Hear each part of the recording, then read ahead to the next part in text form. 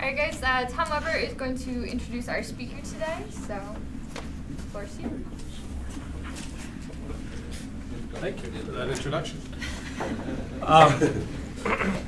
So it's my pleasure to introduce to you Anne Blomberg from Norway, from the University of Oslo. She's a postdoc here just for a short time. Came in December and is leaving in a few weeks, actually, unfortunately.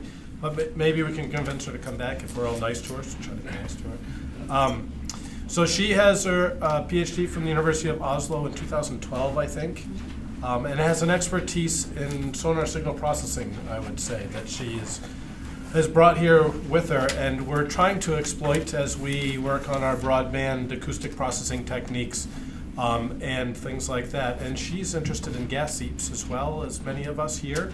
And so we're working on gas seep data with her from a variety of sonar systems, including EK60, single beam echo sounders, multi-beams, the new broadband systems that we're all working with and things like that. But she also brings with her an expertise in synthetic aperture sonar, and I think your advisor was Roy Hansen, is that right? And he, I believe, is one of the principal developers of the Kongsberg high SAS system and has a real expertise in that. And so that's one of the reasons we're excited to have you come here, was to tell us a little bit about synthetic aperture sonar and synthetic aperture side scans, because we collectively don't know a heck of a lot about them. So I think we're all eager to learn what you have to tell us about them. So with that, it's my pleasure to introduce you. Thank you for that introduction, Tom. And thank you all for coming. It's really a lot of people. So yeah, like Tom says, my main background is in signal processing and sonar signal processing. But in recent years, I've also processed quite a bit of synthetic aperture sonar data. So I'm going to do my best to explain that. I do want to mention Roy and his open access book on synthetic aperture sonar, or book chapter, I should say, because a lot of this talk is actually based on that book chapter, and you can find a lot more information there if there are things you want to look up. Okay, so the outline of this talk, I'm going to start by just trying to explain briefly the background of synthetic aperture sonar and the main concepts of it. I'm going to spend some time on the properties of SAS, and in particular in the resolution, because that's really the main advantage of SAS, is the improved resolution you can achieve. I'm going to talk a little bit about the processing flow, so how we actually make the image, the SAS image.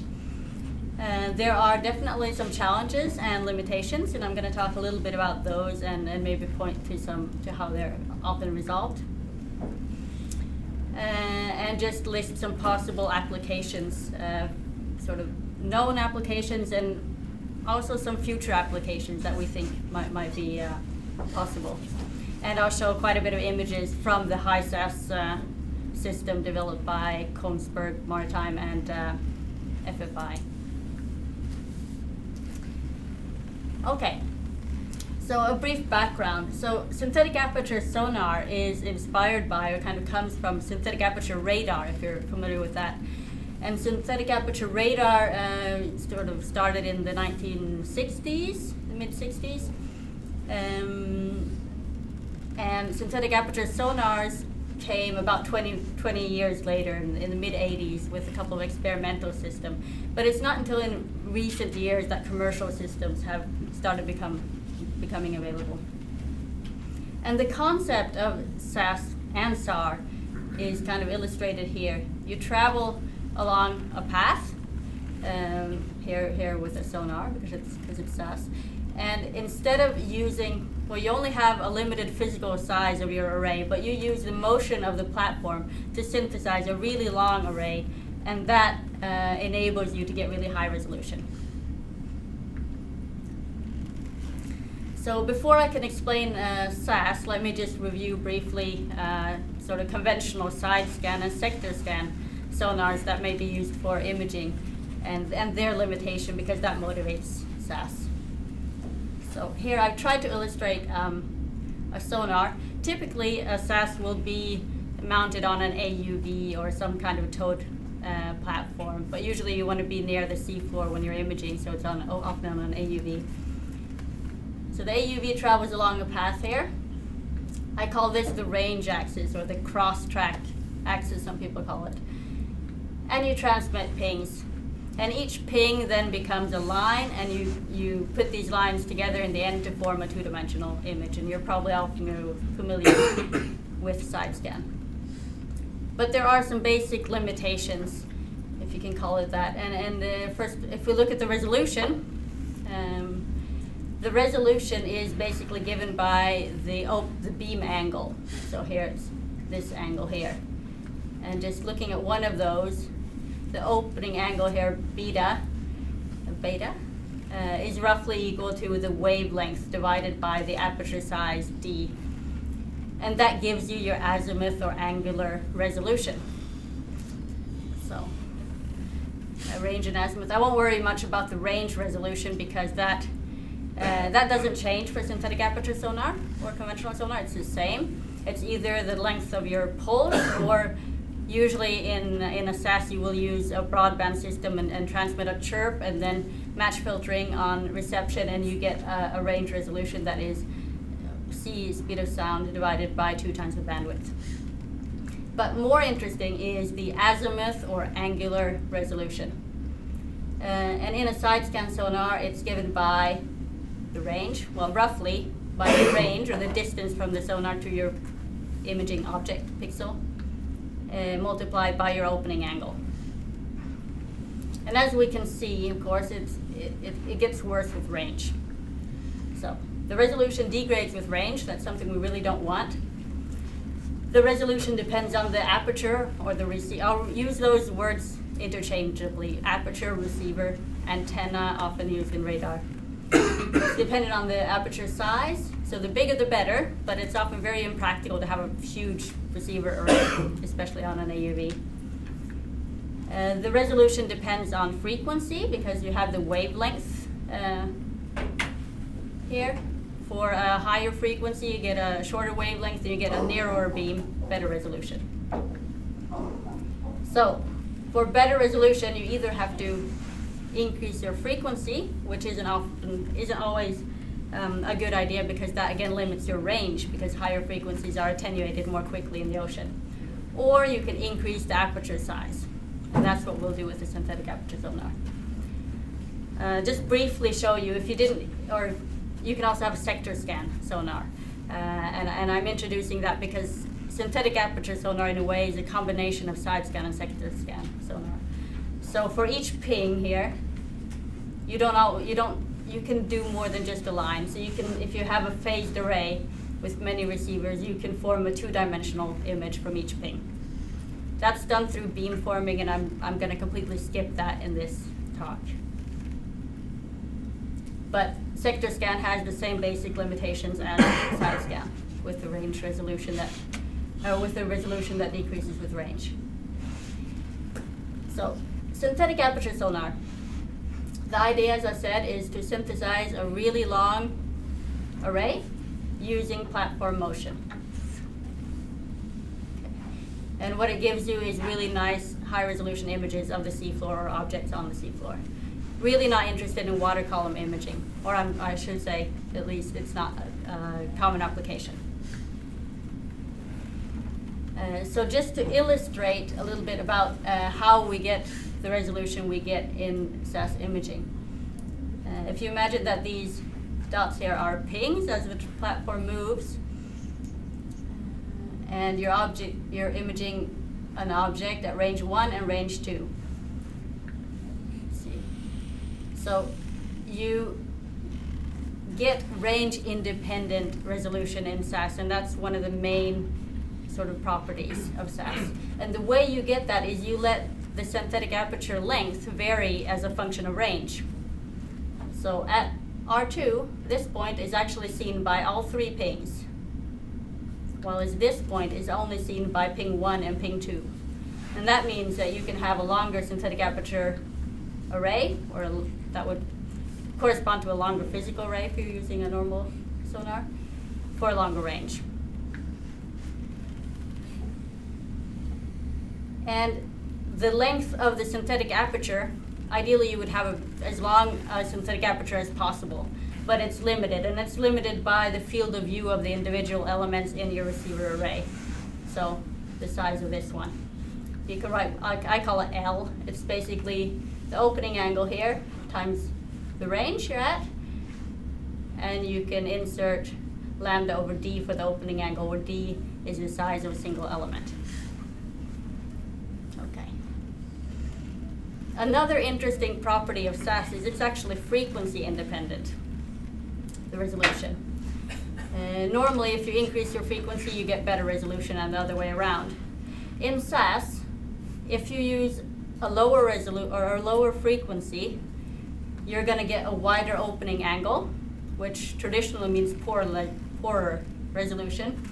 But that again means that you can use a larger synthetic aperture. So you can account for that, and you can get the same resolution.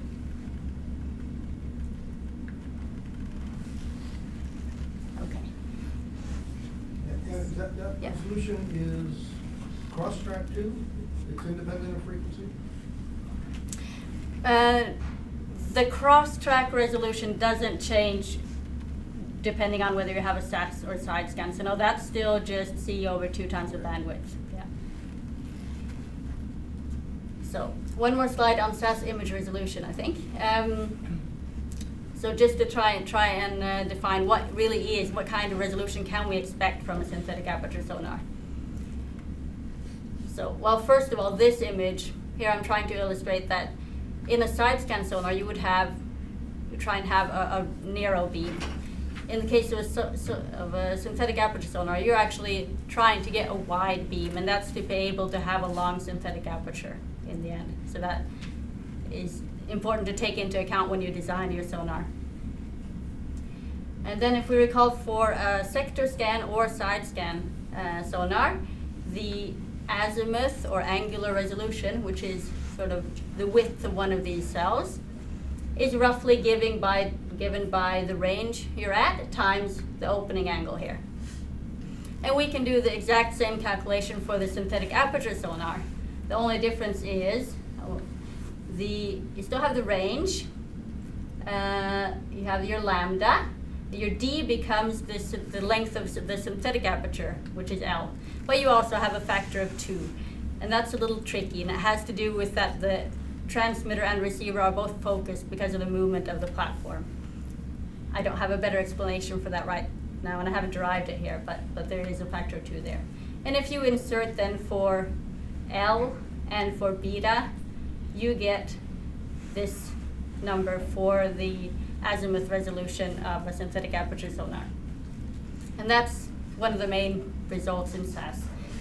As we can see, it's no longer dependent on frequency. There's no lambda in there. There's no range. It's dependent on D. D is the size of one of your elements in your receiver array.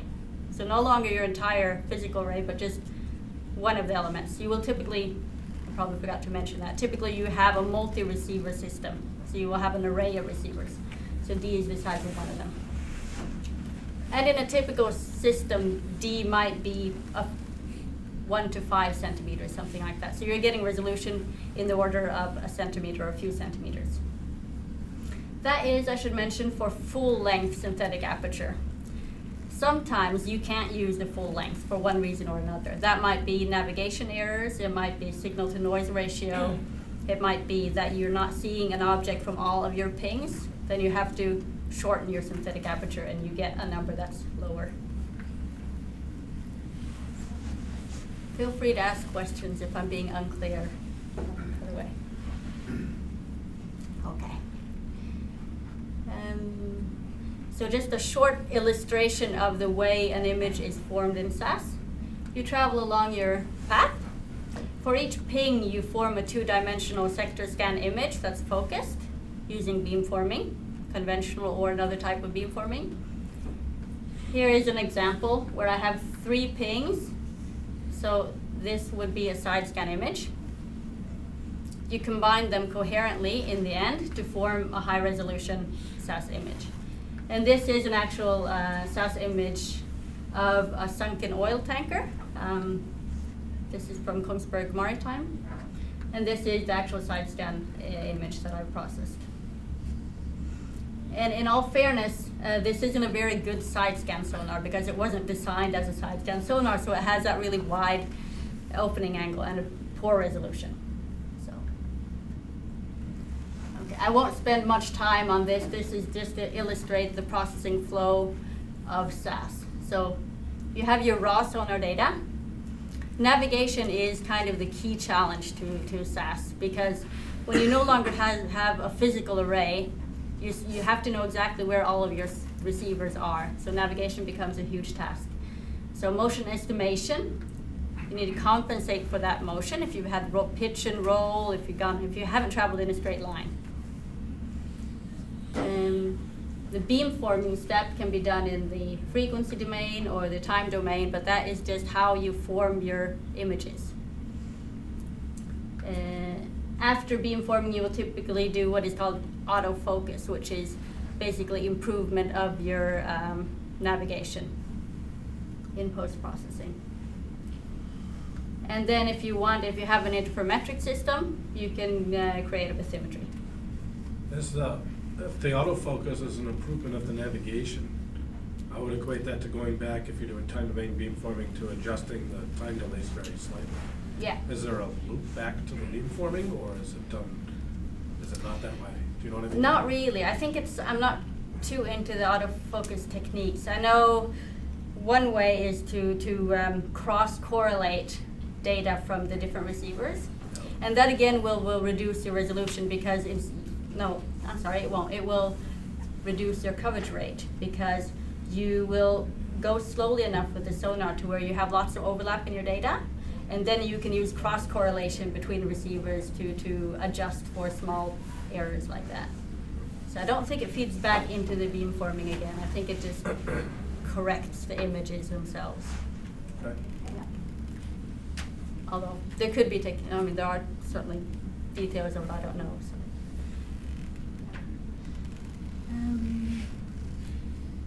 Okay, and a word about one of the limitations, which is the coverage rate. I should say. The first limitation is the same as you would have in any side scan post system, where you have, first of all, the maximum range is limited by your signal to noise ratio. At some point, your signal level is going to drop, but the noise is going to be the same, and you're not going to be able to get useful information out. So that's the SNR. In addition, you have to wait for the post to travel from your sonar to wherever your maximum range is, and back again before you send your next post. So that gives you a value for the maximum range. That's the same in side scan and sonar in SAS. There's an additional limitation to SAS. And this was thought to be a major limitation in the beginning when you use smaller receiver arrays.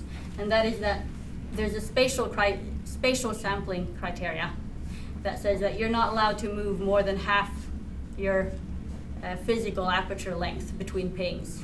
Then you start to get grading lobes into your image. So now typical SAS systems will have a multi-element large array of 1 meter or so that you can move at least a half meter between pings. But that needs to be taken into account.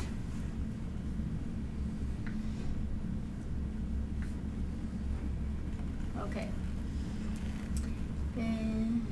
So one of the main reasons why SAS, I think, came 20 years at least after SAR was navigation. When you're in the air, you can use GPS for navigation. Underwater, you can't. So you really have to do accurate navigation and also use post-processing to refine the navigation. And you need the same navigation or the same knowledge of where your sensors are as you do in a physical sonar. So it's a fraction of a wavelength. And a wavelength can be, for the high SAS that I'm going to show examples from, it's 1.5 centimeters is the wavelength. And you should not have more than 1/10 of a wavelength errors in your navigation. Then you'll start to get defocused images. And then there's topography. Ideally, you want your sensor to be a straight line. If you have rough topography, you can't do that. You have to go up and down. And then you either need to, either you have to use a really short synthetic aperture and just use straight lines, or you have to correct for the movement in post-processing. there's the unknown ocean environment, you have the sound speed velocities and everything that else that you have for normal sonars, but because you're using such a long array, you need to know it, or it can cause you more trouble than normal. And there's the issue with vehicle stability. Even if you're traveling in a straight line, if your sonar starts to crab and not be facing straight forward, then you still have inaccuracies in your array. And there can be issues with data storage and processing requirements because you have to store all of the data from all of the receivers in your synthetic aperture. But this has been handled, and there are systems now that function really well. So I'm going to show some examples now from the SAS 1030, developed by Kongsberg and FFI, the Norwegian Defense Research Establishment. It's carried by an AUV called the Hugin, usually. I think you're probably familiar with it, many of you. The SAS is, well, I can show it to you here first. So there's one on each side of Hugin because it's a sidescan sonar. It looks out to both sides. It has two receiver arrays, 1.2 meter length each, so it can move half a meter between pings. 32 elements in each receiver array, and then here is also, by the way, an image of the receiver and the transmitter. The transmitter is also a 16-element phased array.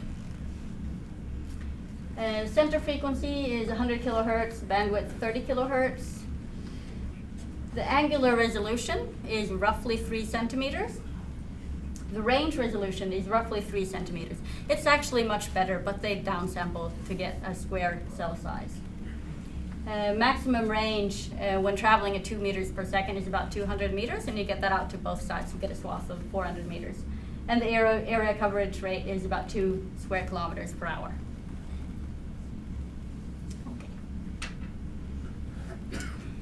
so typical applications of SAS would be high resolution seafloor mapping. That's what it was designed to do, to look for small objects, to image shipwrecks and things like that. Yeah, so searching for small objects and do mines in military operations. Inspection of manual construction, such as pipelines. Geological surveying, I don't think that has been used very much, but I'm going to show some examples anyway that we have. Marine archaeology, looking for old shipwrecks. And the stuff that I think is really interesting, environmental monitoring. Can we say something about the sediment types, about the changes in the environment over time?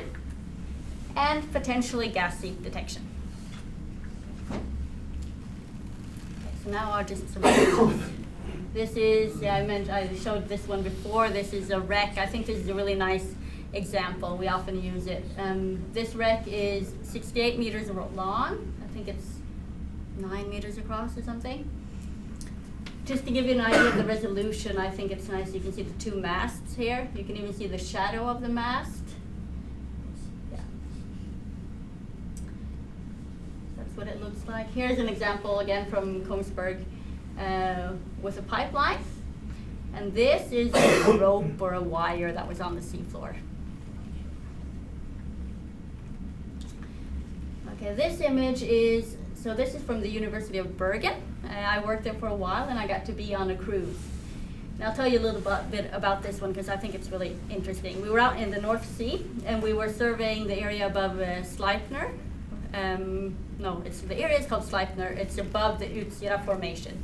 So it's where Statoil is storing CO2. It's a kind of a test site for CO2 storage. So we're just doing just surveying the area kind of as a baseline survey, but also just to test the equipment and stuff. This is not directly above the CO2 plume, it's away from that. But when we looked at the SAS images, we found this kind of structure and we had no idea what it was. And there was a lot of debate, and eventually we went back, went down with an ROV, and it turns out that we dove just right there. These are bacterial mats. And that's pretty cool, I think, that we can actually see the bacterial mats in the imagery. And I don't know for sure why we see them. There are several hypotheses. It could be that the surface is smoothed a little bit by these bacterial mats, so you get less backscattered energy. Or it could be that there's something different about the sediments. And they're analyzing this in Bergen, so it'll be interesting to see what they come up with. But so far, I think they've said that it looks like the sediments are the same. It's the dark areas that are the bacterial mats? Yes, the dark areas. Yeah. And when this was run, were these lines run orthogonal to the feature? So that's the blockiness? Yeah, so you see the individual- blockiness here, they were run like this. Yeah. Yeah, so that's why it was hard to tell right away what it was. You were only getting little segments of it at a time, and it was hard to put it all together. Yeah. But it means it's promising in terms of kind of surveying, environmental surveying. And we went back the year after and saw that this structure actually extends about 3 kilometers. And we also did some seismic acquisition and compared to some Statoil's old seismic data, and it's right on the edge of an old channel from the Ice Age. So there is something there. And there is fluid flow. There is no CO2, by the way, coming up. It doesn't go that deep. Yeah, and just to show you some of the features we saw there. And we went down, and these were all bacterial maps. What, are the lighter areas at different bottom zone type? These are shell hash areas. Yeah. Is there methane there? So is that why the bacterial mats are there? There's methane there, and then maybe there's the shell ash, is it that from the clams and the mussels or whatever that are living on that? Or I'm not sure. I'm biased Yeah. towards that. I think they at least saw that there was fresh water coming up. I'm not sure. I think they said there was methane as well. I'm not quite sure. And you said this was near where they were pumping CO2 into the seafloor? Yeah. So is this possibly an escape place for the Well, CO2? that's what we were a little bit worried about it. And it was kind of flagged to Statoil, and there's nothing indicating that there is a pathway up, because this is far above and it's also geographically a few kilometers away from the actual storage site. But it's kind of indication that there might be fluid flow and escape routes that we're not aware of. It is coming up in other places, I think, right? There is escapage at this location? Or Not am I that I thinking know someplace of. different? Not that I know Oh, of. never mind, I'm just starting Yeah. rumors now. Yeah. Yeah. And then because the HISOS is an interferometric system, with the high resolution imagery, you also get high resolution bathymetry. Not quite the same resolution, but to sort of in the order of maybe 10 centimeters, I'd say, depending on the processing. But we could see that this is one of the areas with bacterial maps. It is maybe 10 centimeters or so above the surrounding seafloor, it looks like. And then there's an interesting depression in the middle there, so we're not sure what that is. Okay, so moving away from Sleipner, this is near the Arctic, or in the Arctic, I should say, near Jan Mayen. I wasn't along when this data was collected, but it's around 700 meters deep.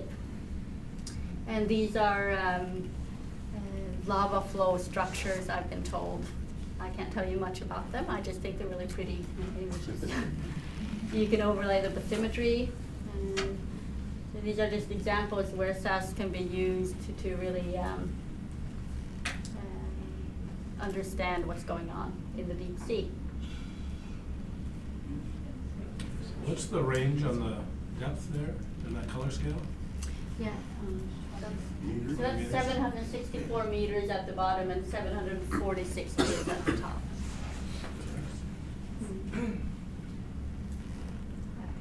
And these are all images from the University of Bergen, so they're working on this data and probably publishing something soon. Okay, so I'll move on to the final kind of application, which is what I've been working on for the last year or so, and one of the reasons why I'm here, which is gas seep detection. And the question is, can we use this while we're out mapping with this sonar anyway and getting high resolution imaging of an area? Can we at the same time detect if there's a gas seep? And then can we overlay the high resolution images and understand what's going on? So the first answer is no, we really can't, because synthetic aperture sonar assumes that you have time stationarity over that entire time when you're collecting data for that synthetic aperture array. And the length of a synthetic aperture, I think I forgot to mention that, depends on the system, but typically at 100 meters range you may have 30 to 50 meter long synthetic aperture arrays, so up to 100 pings or so. And the bubbles are not stationary for that amount of time. Yeah, okay, so this is not, so that assumption is violated. But we can modify the SAS processing in order to highlight the seeps. So this is one seep this is back at the Sleipner area, and it's an abandoned well. So this is what it looks like.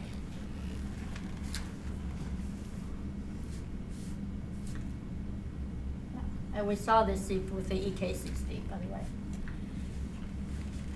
Okay, so just to look at this is the SAS image of that patch of sandy seafloor with the seep, and you can't see it at all. It's very uninteresting.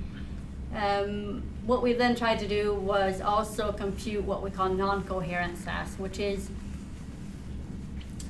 non-coherent combination of the low resolution images. So not taking into account the phase, just combining them using envelope processing. And in that case, the seep should add up. It shouldn't be averaged out like it is when you include the phase information. And you still can't see it, but if you low pass filter the images and then look at the difference, then the seeps appear as a region where there's a large difference between the two images. And you really only get this kind of difference between these two, between the coherent and non-coherent SAS, where you have something that changes over time. So that would typically be a gas seep. It could be a school of fish that is moving, or it could be in areas where you have poor navigation. So anyway, that's something we're working on. Another example, in this case, the seep is a little stronger and it's actually more, you could see it in the image, but if you couldn't, you could automatically detect it. Okay, so that was that. In conclusion, you achieve really high resolution, potentially in SAS, by synthesizing a very long receiver antenna or array. And one of the interesting or desirable properties is that you get a resolution that is independent of range and independent of frequency. You have to be really careful about your navigation. It's not impossible, but you have to take care. And some of the current and possible future applications are highlighted. Mapping, looking for small objects, standard stuff, but then also potentially environmental mapping and gas seep detection. Okay, thank you.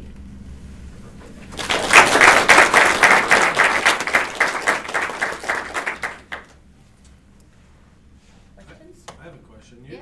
You said, how long did you say the aperture typically was for 100 meter range? So for the high SAS, it's typically between 30 and 50 meters. 30 and 50 meters. Yeah. So you have all those paths basically from the thing that's out at 100 meters to the array, there and back again, and that over an aperture that extends now 50 meters. And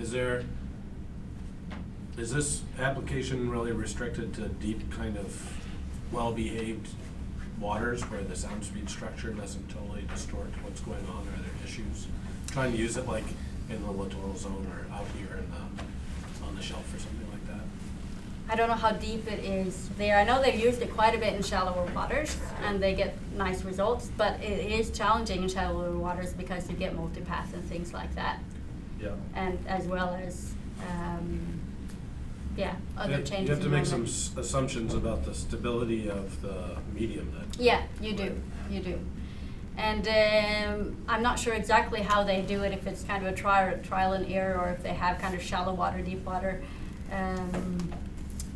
sort of ways to run it. Yep. But typically you would vary the length of your synthetic aperture depending on your situation.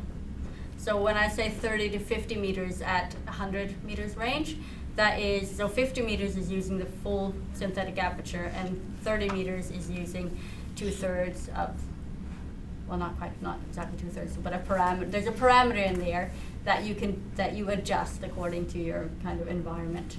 So, but as far as I've seen it, it works pretty well in shallow water as well. Yeah. We have a question from the audience out on the internet. Would circle SAS techniques not image gas seeps well? Is the question. Would they not? Would they not image gas seeps well?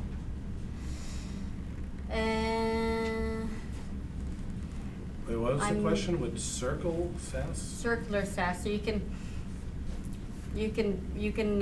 go in a circle around an object.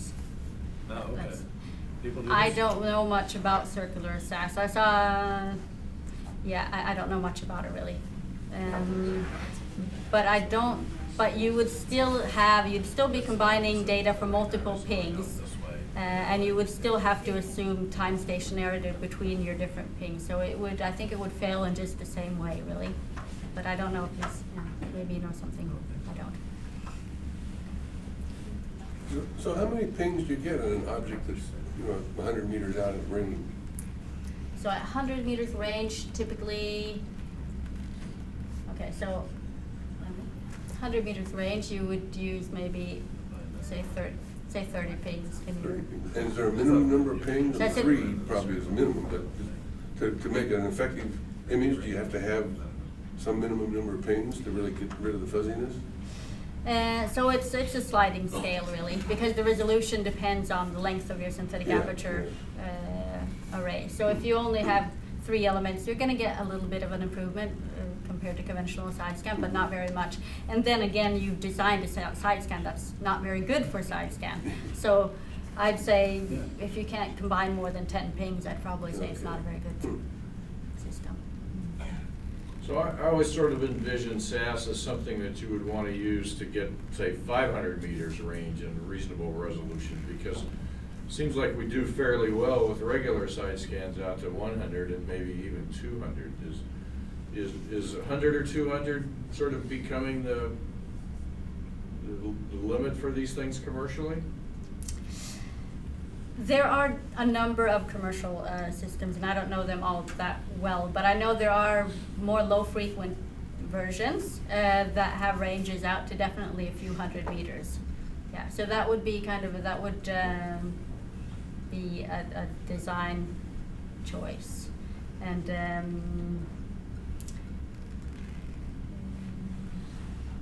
yeah, but in the systems, the imagery I've seen, 100 to 200 meters seem to be kind of a limit, and then it seems that the signal-to-noise ratio starts to become so poor typically that you're not able to use the full synthetic aperture anyway. But, yeah. I'm trying to work all these geometries out of my head. Mhm. I'm not a mathematician or an acoustics guy, but as you're moving along, if an object's fairly close, you're looking at the object at a different angle every ping. Yeah. And so that creates sort of a dark area or a gray area, and eventually a dark area the closer you get. How far out is that you start actually getting an improvement where you can actually see something? Because you can't see anything close, obviously, because you're not, things are moving too fast relative to the vessel. You see what I'm saying? Well, when you're close, you would not use many pings in your synthetic aperture. Again. Can you go back to that So- slide? I think it's one of your first slides. You had that picture of the. I wonder if I can get a light again. Yeah, there it is. Yeah, I mean, Yeah. if you, where you have that blue box, anything Yeah. that's closer to that blue box, you're gaining Yeah. nothing. Yeah, that's true. Dark. Yeah.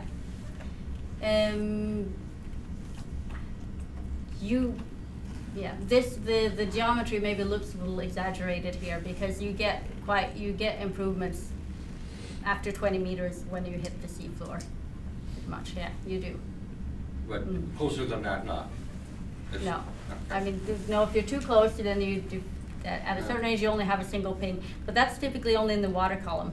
Once you get far enough that you're actually hitting the seafloor, you have a few pings to average. Because you have the total distance and the angles spread out and they're overlapping and all. Yeah, you have a pretty wide, you're transmitting a pretty wide angle. Yeah. Yeah. All right, well, if there's no more questions,